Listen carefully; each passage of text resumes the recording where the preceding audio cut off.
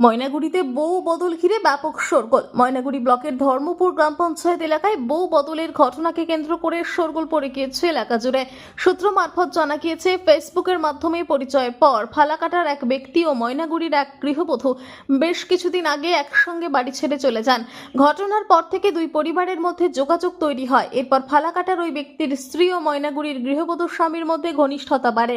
তারপরেই বুধবার ধর্মপুরের জোরপাকড়ি কালীবাড়িতে সামাজিক রীতিনীতি মেনে তাদের বিয়ে হয়।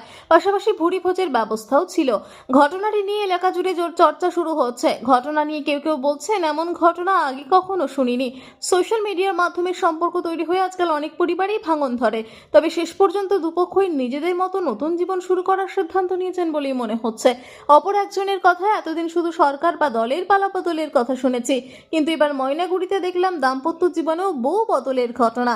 এমন চাঞ্চল্যকর ঘটনা এলাকায় আগে কেউ দেখেনি বলে দাবি স্থানীয়দের।